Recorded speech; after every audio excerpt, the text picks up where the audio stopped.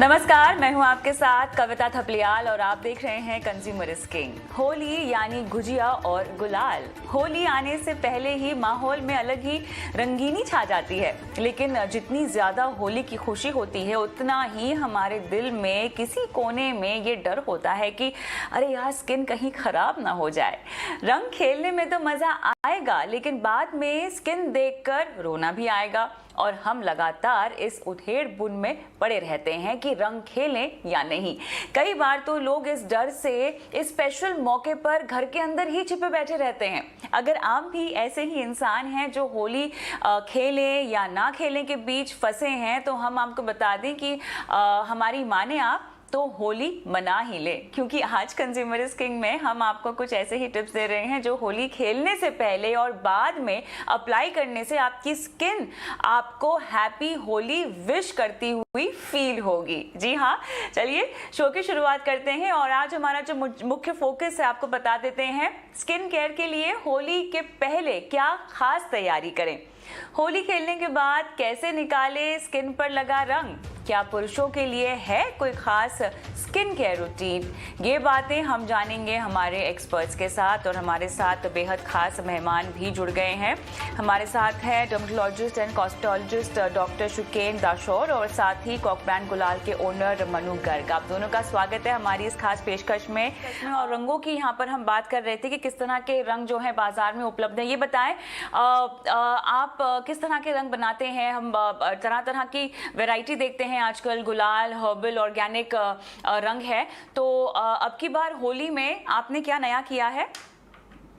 जी, सबसे पहले तो बहुत-बहुत धन्यवाद मुझे इस पैनल पर इनवाइट करने के लिए, क्योंकि आज के समय में बहुत ज़रूरी है कि वाक़ई में लोग एक अच्छे रंग और एक खराब क्वालिटी के बीच में अंतर को पहचानें। बिल्कुल। तो जैसा कि हम लोग विगत 41 वर्षों से इस व्यापार में हैं, इस उद्योग से जुड़े हुए हैं, तो हमारी प्राथमिकता रहती है कि हमारे कस्टमर को एक अच्छा उत्पाद मिले यूज़ करने के लिए। तो कॉक ब्रांड के अगर आप उत्पाद यूज़ कर रहे हैं, तो निश्चिंत होकर आप होली मना सकते हैं, क्योंकि हमारे सभी प्रोडक्ट नॉन टॉक्सिक सर्टिफाइड हैं। हम लोग इसके बेस में कॉर्न फ्लोर और अन्य कई प्रकार के फ्लोर्स को यूज़ करते हैं। उसकी कलरिंग के लिए भी नॉन टॉक्सिक इंग्रेडिएंट्स को यूज़ किया जाता है। और आजकल तो कई तरह के गुलाल हम लोग पालक, तुलसी, नीम और चुकंदर, इस तरह के प्रोडक्ट्स को यूज़ करके भी बना रहे हैं। और आपको ये भी जानकर खुशी होगी कि कई तरह की बेहतरीन खुशबुएं जैसे केवड़ा, मोगरा, केसर, उनका भी इस्तेमाल इसमें किया जाता है। बिल्कुल। तो अगर मैं तरह तरह के रंगों की बात करूं तो मनु, बहुत सारे रंग ऐसे होते हैं। एक तो गुलाल है जो अगर आप सूखा लगाओ और झाड़ दो तो निकल जाता है। कुछ रंग ऐसे होते हैं जो बड़े ढीठ होते हैं, वो रह जाते हैं। वो किस तरह के केमिकल से बने होते हैं, या ऐसा ऑर्गेनिक और हर्बल रंगों के साथ भी होता है? जी, यही मैं आपको बताना चाह रहा हूँ कि जब भी आप होली की खरीदारी करने जाएं, तो आप ये जरूर इंश्योर करें कि आप सस्ते की वजह से अपने इतने खुशियों का त्योहार है, आप सस्ते की वजह से इस त्योहार को खराब ना करें। एक अच्छा ब्रांडेड प्रोडक्ट खरीदें, जिससे कि आपकी होली में आप भी आनंद ले सकें और आपके साथ खेलने वाले भी आनंद ले सकें। मनु जी, यहाँ पर कुछ रंगों के साइड इफेक्ट्स की मैं बात करना चाहती हूँ। स्किन पर किस तरह का डैमेज होता है वो तो डॉक्टर शुकेन समझा ही रहे हैं, लेकिन कई बार आपकी सेहत के लिए भी रंग खराब होते हैं। आप तो मुझे यकीन है सुनिश्चित करते हैं ये तमाम बातें अपने ब्रांड के तहत, लेकिन बाकी किस तरह के हानिकारक रंग बाजार में उपलब्ध है और इनकी पहचान कैसे हो? क्योंकि हम तो जब रंग गुलाल खरीदने जाते हैं तो जो दिखाई दिया उसे ले लिया जाता है। पहचान कैसे हो कि ये अच्छा है, ये क्वालिटी वाला है और ये क्वालिटी खराब है? जी, बिल्कुल, आपने बिल्कुल ठीक कहा। इसके लिए देखिए, सबसे पहले तो जब भी आप कोई उत्पाद खरीदें बाजार से, तो प्रॉपर उसके पैकेट के ऊपर उसकी सर्टिफिकेशंस को चेक करें कि कंपनी कितने गुणवत्ता के मानक को तय करके काम कर रही है, कौन-कौन से उनके पास सर्टिफिकेट हैं। जैसे अगर आप हमारे कोई भी प्रोडक्ट के पाउचेज़ उठाकर देखेंगे, तो आपको उस पर सभी मानक पूरे पाए जाएँगे। तो ये एक तरीका है।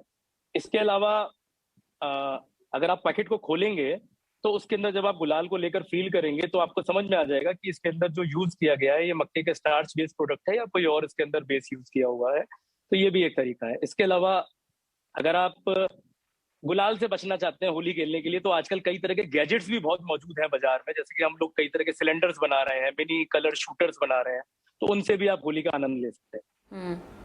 हाँ, मेरे ख्याल से ये काफी इंटरेस्टिंग होगा। और वैसे भी अब की बार जो होली है, लोग जो खुल के मनाएंगे वो लगभग 2 साल के बाद बनाएंगे, तो जोश तो काफी हाई है होली को लेकर।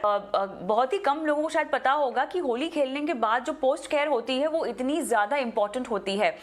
इस पर और बारीकी से जाऊं, मनु जी ये बताएं कि अमूमन जिस तरह के रंग बाजार में मिलते हैं, कहा जाता है कि ये तो सभी के लिए सुरक्षित है, लेकिन क्या बच्चों पर इनका प्रयोग कम करना चाहिए? क्योंकि बच्चे थोड़े से ज्यादा नाजुक होते हैं, उनकी त्वचा, आंखें और बाकी सब चीजों को भी अगर हम कंसीडर कर लें, अब क्योंकि 2 साल के बाद बच्चे भी निकलेंगे होली खेलने के लिए, तो माता पिता भी उनको कितना ही रोक पाएंगे। तो एहतियात क्या बरतनी चाहिए? क्या रंगों में वाकई बच्चों की सेहत और बॉडी पार्ट्स को डैमेज करने की क्षमता होती है?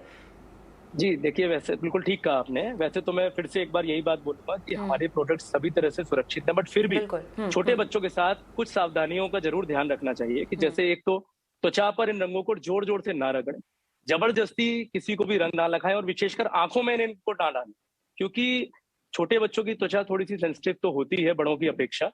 तो कितना भी अच्छा उत्पाद हो, पर अगर आप उससे जोर जबरदस्ती से या बच्चों को खींचेंगे या उनके ऊपर जबरदस्ती रंग डालेंगे तो नुकसान स्वाभाविक सी बात है कर सकता है। तो ये चीज का ध्यान तो रखना ही चाहिए। बट फिर भी एक अगर आप अच्छा उत्पाद यूज कर रहे हैं तो नुकसान होने की उम्मीद कम से कम ही है। डॉक्टर शुक्रेन, यहाँ पर बच्चों को वैसे अमूमन देखा गया है कि रंग ज्यादा पसंद नहीं है, वो पानी की होली खेलते हैं, और जैसे मन्नू जी ने पहले बताया कि कुछ गैजेट्स होते हैं, पिचकारी वगैरह, उन सब से उनको खेलने में बड़ा मजा आता है। लेकिन बच्चों पर भी रंग लगाने का कोई तरीका होना चाहिए? हम कितना उनको बचाएं, क्या क्या डैमेज हो सकते हैं, अगर आप समझा पाए तो। बच्चों को स्पेसिफिकली जो हम रंग लगाने हैं, हमारी आदत यह है कि हम फेस पे ज्यादा रंग लगाते हैं। लेकिन हमको स्पेशली बच्चों के केस में चीक्स को अवॉइड करना चाहिए, क्योंकि ये एक एरिया है जो बहुत ज्यादा ड्राई हो जाता है। जो स्पेशली बच्चे जिनको एलर्जिक स्किन टाइप होता है या सेंसिटिव स्किन टाइप होता है, उनमें चीक सबसे पहले ड्राई होते हैं और सबसे ज्यादा वल्नरेबल वही होते हैं। तो हमें हाथ पैर पे ज्यादा फोकस करना चाहिए बजाय कि फेस और चीक्स पे। इवन माथे पे लगा सकते हैं, लेकिन चीक्स को थोड़ा ध्यान रखना चाहिए, क्योंकि ये एरिया है जहां सबसे पहले एलर्जी होती है।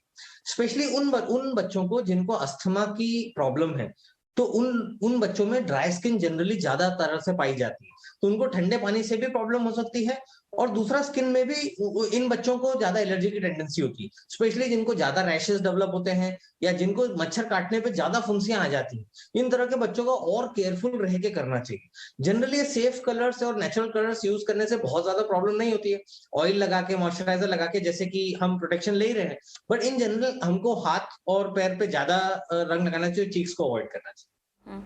अच्छा, यहाँ है आई एम श्योर लोग होली मनाने में इतने मस्त हो जाते हैं कि कहीं ना कहीं ये सब बारीकियां जो हैं उनसे छूट जाती हैं। बहरहाल आप दोनों का बहुत बहुत धन्यवाद, आप शो पर आए आज और दर्शकों को बताया कि कैसे सही तरीके से होली मनानी चाहिए, जितना हो सके आपको एहतियात बरतना चाहिए। बाकी तो यही कहूंगी कि बुरा न मानो, होली है। बहुत बहुत धन्यवाद आप दोनों का, और आप दोनों को एक बार फिर से होली की शुभकामनाएं। तमाम दर्शकों को भी कंज्यूमरिस्ट किंग की पूरी टीम की तरफ से होली की ढेरों शुभकामनाएं। दीजिए इजाजत, नमस्कार।